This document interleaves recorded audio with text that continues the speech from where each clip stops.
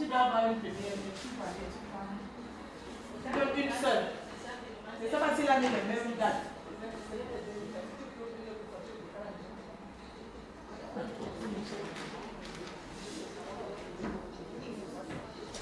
Chez nous, dans le contexte africain, une femme qui n'a pas d'enfant, c'est juste pas une femme. C'est ce que nous avons vécu, c'est ce que nous ressentons depuis que moi je suis rentrée au Cameroun.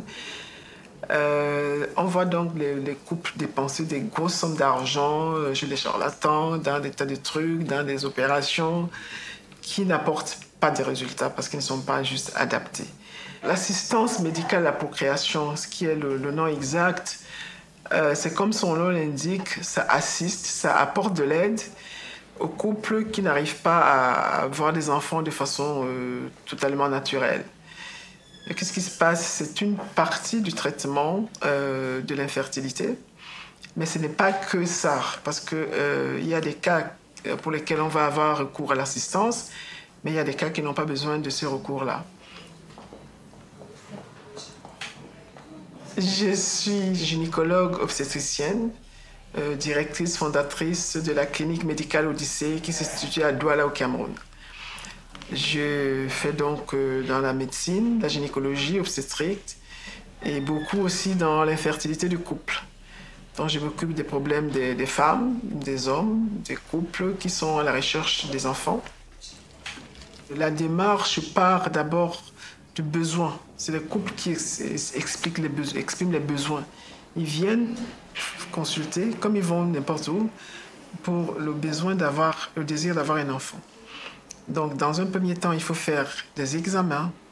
Et c'est ces examens-là qui vont montrer où se trouve le problème. Et en fonction du problème, si on trouve que ces femmes-là ont juste des fibromes, des gros utérus, il n'y a pas lieu qu'elles aillent à l'assistance de la procréation. Une bonne intervention chirurgicale permet de les éliminer de ces fibromes-là. Si elles ont juste des infections, ou si le couple, la femme n'a que des absences en matière d'ovulation, il suffit de donner à la femme des médicaments qui l'aident à ovuler et à avoir le rapport sexuel. Voilà. Maintenant, pour celles pour lesquelles il y aura de la difficulté en termes de trompes bouchées qui n'ont pas été débouchées par les interventions chirurgicales type célioscopie, en termes de sperme de mauvaise qualité qui n'a pas été amélioré par les interventions chirurgicales ou des traitements médicaux et qu'on arrive à l'assistance, le souhait, vraiment, la chose pour laquelle nous insistons, c'est que les gens y aillent tôt, jeunes. Parce que plus jeune on a, meilleur on aura les résultats. Si on laisse passer le temps de la jeunesse, qui pour moi va de 25 à 35 ans, ben, on commence à aller vers 38 ans, tout de suite 40 ans, 42 ans. On rentre dans des cas limites pour la nature. La nature a permis que la femme fasse ses enfants entre 25 et 35 ans. Si ce temps est dépassé, ça commence à être un peu plus compliqué. Je ne veux pas dire que la femme ne pourra plus faire des enfants, mais plus on ira vers 40 ans, 42 ans, 50 ans, plus on aura besoin d'avoir recours à des dons.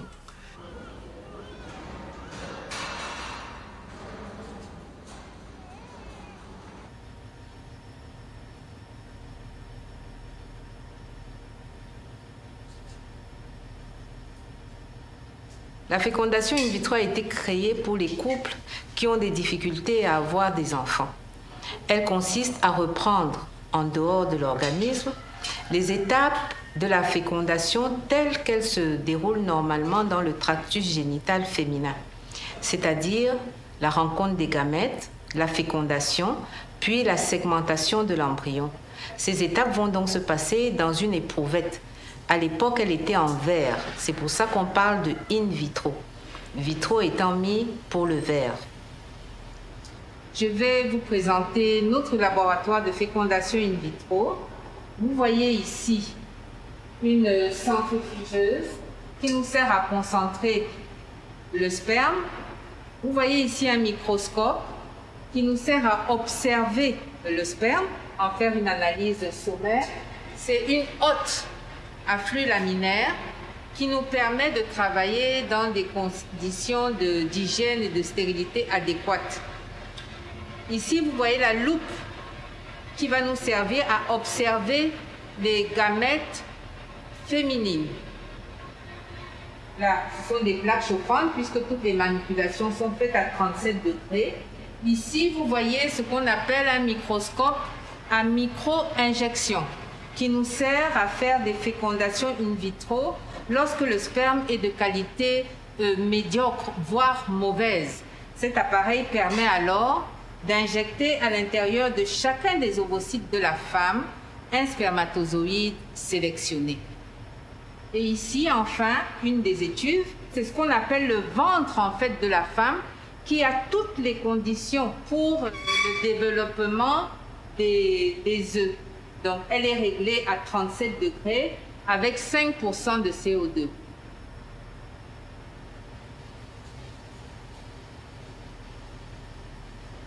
Le recueil de sperme se passe strictement au laboratoire pour des raisons d'identification du patient, pour des raisons de propreté et de stérilité et par masturbation uniquement. Vous pouvez voir ici les spermatozoïdes les plus mobiles et ceux qui ont une morphologie adéquate vont venir reposer ici au fond du tube et c'est eux qui vont nous servir à la fécondation.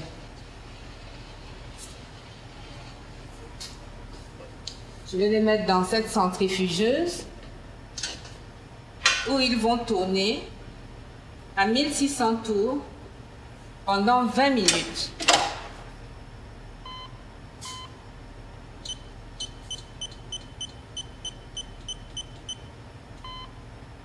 Voilà.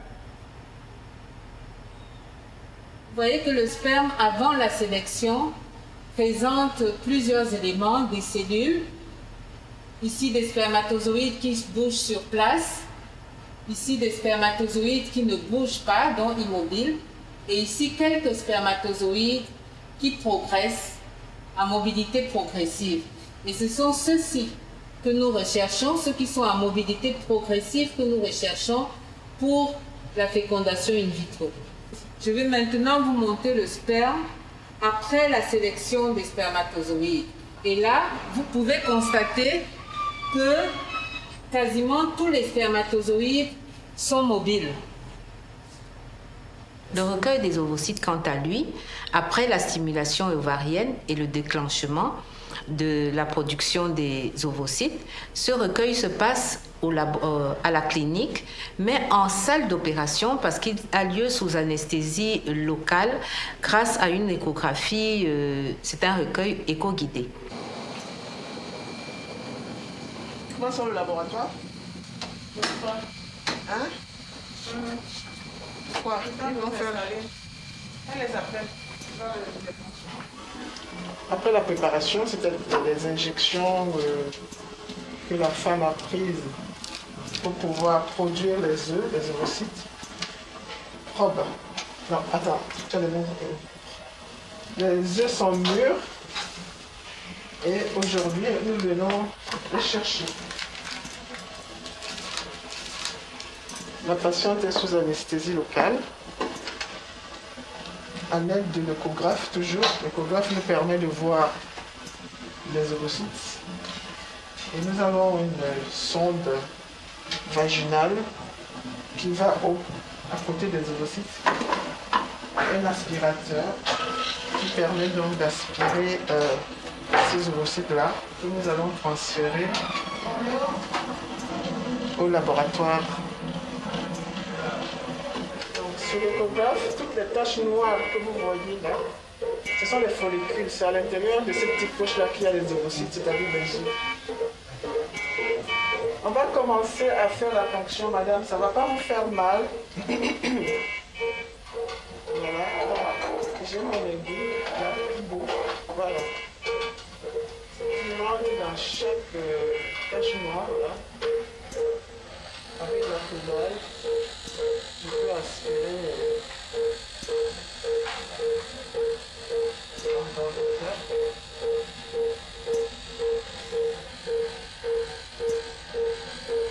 Il faut les prendre tous.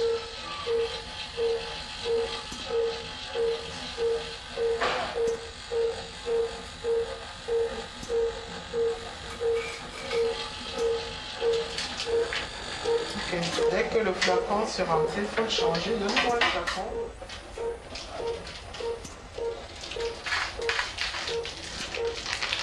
On change.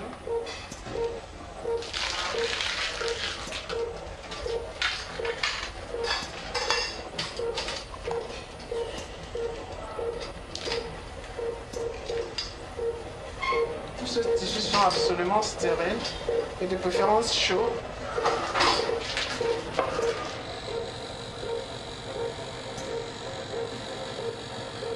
Je vais maintenant procéder à la mise en contact des gamètes, c'est-à-dire ovocytes qui viennent d'être recueillis et spermatozoïdes qui viennent d'être sélectionnés dans des conditions et des proportions bien définies.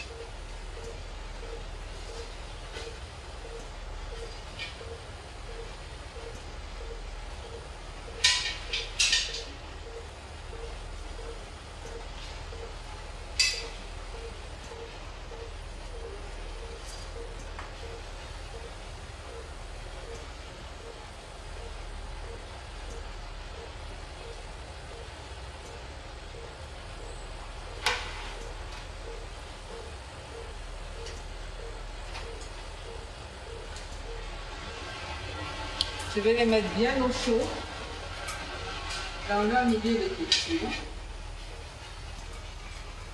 Maintenant, par rapport aux dons, je vous ai dit que notre législation accepte les dons. Pour ce qui est du don de sperme, nous procédons par la banque. Nous procédons par une banque, c'est-à-dire nous faisons appel à des jeunes donneurs de sperme, ça c'est clair. Et ces jeunes hommes-là sont checkés, on leur fait des examens, on leur fait des bilans. On recontrôle ces examens-là au bout de 3 mois. Et si les bilans sont toujours normaux, ils donnent le sperme. Ils peuvent donner le sperme 3-4 fois. Et ce sperme qu'ils vont donner là vont être traités et congelés dans des paillettes de sperme. Et c'est ces paillettes de sperme qui vont être utilisées soit pour les inséminations, soit pour les fécondations in vitro, quand les hommes n'ont pas de spermatozoïdes. Donc, les hommes, c'est par la banque de sperme. Les femmes, ce sont des jeunes femmes qui sont souvent des étudiantes, souvent des choristes, qui nous sont référées ou qui sont intéressées par, qui sont informées par Internet. Certaines viennent, d'autres, on a une équipe qui les approche et elles viennent, elles subissent également des entretiens psychologiques, des counseling, on leur explique de quoi il s'agit et on leur fait également des tests poussés qui sont recontrôlés. Mais si elles sont d'accord, à ce moment-là, elles peuvent donner 2 fois, 1 fois, 2 fois des ovocytes à des femmes qui sont dans le besoin. Donc voilà un peu comment on procède. Mais ce sont des donneuses à ce moment-là, ou les donneurs anonymes. Nous procédons par cela. Les personnes qui reçoivent ne connaissent pas les personnes qui ont donné. Il y a des cas très rares où c'est des dons intra-famille. Oui, bon, ça c'est pas totalement contre-indiqué. Mais même dans ce cas-là, les personnes concernées vont signer des autorisations, des décharges. Voilà. À part dans les cas rares de dons intra-famille, tous les autres dons pour nous sont des dons anonymes. Je suis fière d'aider les foyers qui sont en difficulté. Ce qui m'a motivée beaucoup plus, c'est quand on voit les femmes qui veulent vraiment faire des enfants et n'ont pas la possibilité. Pour les aider, j'ai donc voulu faire ce don. Il n'y a pas de paye pour ça. Juste motivé pour l'acte que nous commettons, c'est tout. Déjà, je n'accepterais pas d'être payée pour donner l'un de mes ovocytes. Pourquoi? Parce que quand on aide, on n'attend pas la paye en retour. Donc, c'est juste pour aider, c'est pas pour recevoir la paye. Ces filles sont tenues par le secret professionnel et donc la confidentialité. Pour ce qui est des besoins d'argent, je ne pense pas. C'est des filles volontaires qui veulent poser un acte social. Je pense dans ce cadre. Dire que c'est de l'argent, besoin d'argent, je ne pense pas, parce que c'est un geste qui n'a pas de prix. Elles sont juste motivées.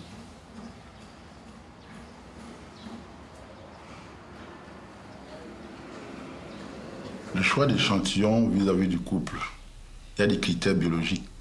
lesquels on prend en charge. On prend en considération, pardon. Nous prenons en considération le groupe sanguin. Nous prenons en considération la taille du couple, la morphologie du couple. Et souvent aussi également, c'est le couple qui demande, je voulais avoir une donneuse métisse, je peux avoir une donneuse grande de taille. Et donc, nous faisons le maximum d'efforts pour que la donneuse soit physiquement identique à la demandeuse. Ceci également vaut aussi pour le donneur de sperme. Nous tenons compte du groupe sanguin, de l'électrophorèse et puis de la morphologie du donneur. Le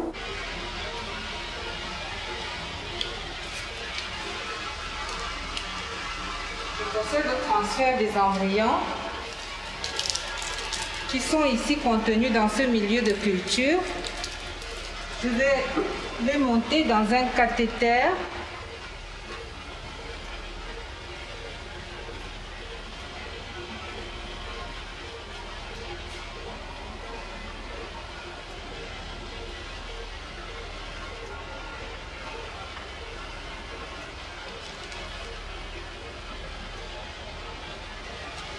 Voilà, c'est fait. Je vais maintenant passer au docteur.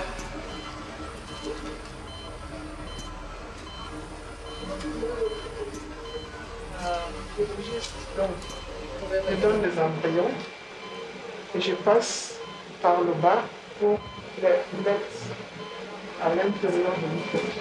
Et une fois que c'est fini, on voit dans cette image avec ça, l'utérus et les embryons là. Je lui redonne le cathéter pour qu'elle contrôle si l'embryon n'est pas resté dans le cathéter. Là, le contrôle dit que non, tout est bien parti. À ce moment-là, donc, on a fini le transfert. Et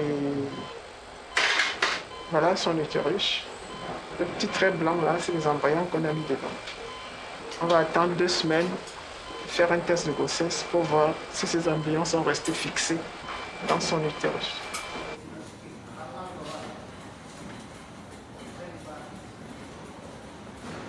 Quand on parle d'embryons inutilisés, il y a plusieurs cas de figure. D'abord, les embryons surnuméraires, c'est-à-dire que nous avons obtenu plus d'embryons qu'on ne peut en transférer à la patiente. Ces embryons-là sont, avec l'accord de la patiente bien entendu, mis en congélation, vitrifiés, on dit maintenant, pour pouvoir être utilisés ultérieurement par la même patiente, de façon à accroître la famille. Maintenant, si les embryons non utilisés sont de mauvaise qualité, c'est-à-dire qu'ils ne peuvent pas être utilisés pour un transfert, ils sont tout simplement détruits parce qu'ils ne serviront à rien.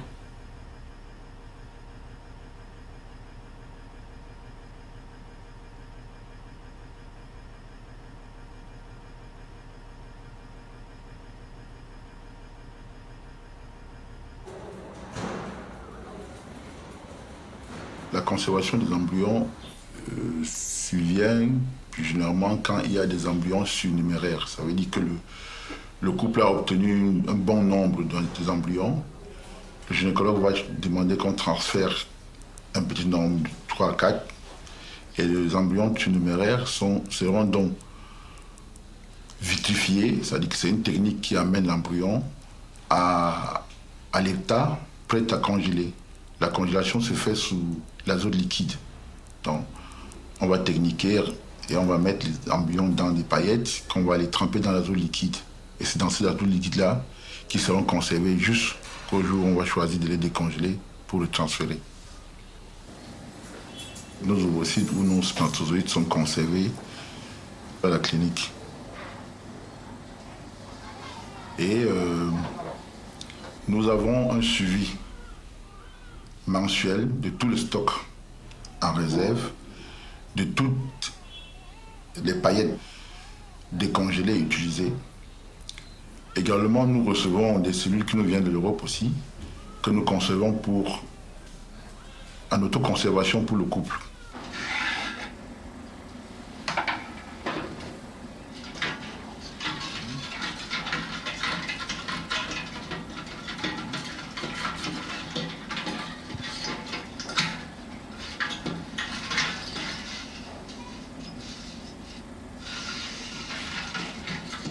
Une fois qu'on a techniqué au laboratoire, à pouvoir ramener les cellules à l'état prêt à conserver, on vient donc ici les ranger. Dans chaque calycère se trouve un fusiotube. Et dans ce fusiotube se trouvent les paillettes. Donc voilà, le fusiotube. Et on y met les paillettes à l'intérieur, avant d'aller les mettre dans les calystères. Donc voilà. Le premier cadre juridique, en fait, c'est l'éthique médicale. Disons que quand vous êtes médecin, vous ne pouvez pas faire n'importe quoi. D'abord, ça s'apprend à l'école, à la faculté de médecine. Et toutes ces techniques-là doivent être encadrées par l'éthique, par les formations, parce que nous n'avons pas inventé. Il a fallu se former. Et à quand tu fais les formations, on te l'apprend l'éthique, on t'apprend le cadre juridique.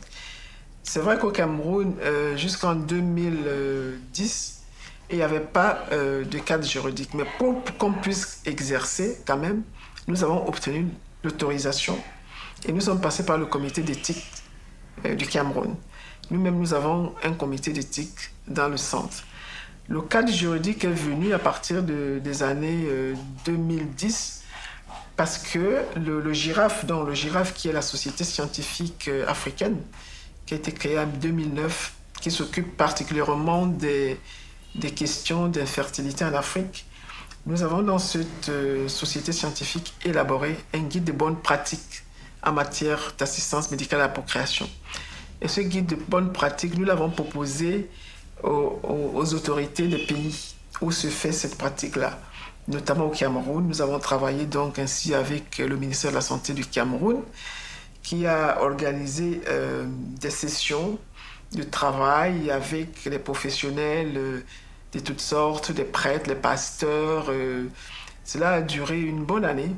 Et de là est sorti donc un document qui est en chemin, je ne sais pas s'il a déjà fini avec l'Assemblée nationale, mais nous, ce document-là, à partir du moment où il a été validé par notre ministère, nous l'utilisons déjà comme acquis, comme cadre juridique.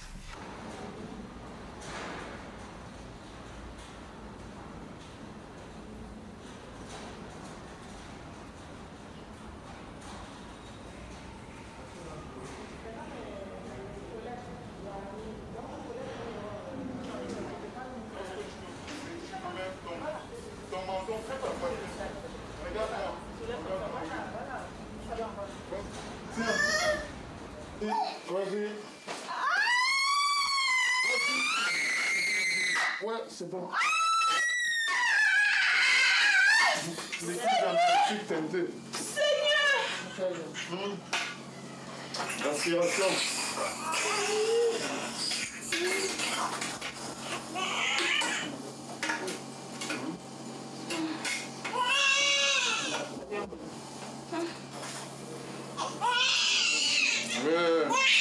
C'est gentil.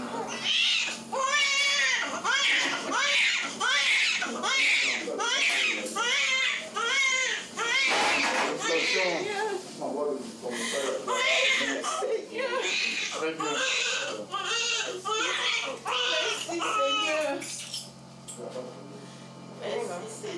C'est bon. Comme ça, on a besoin de faire d'autres choses.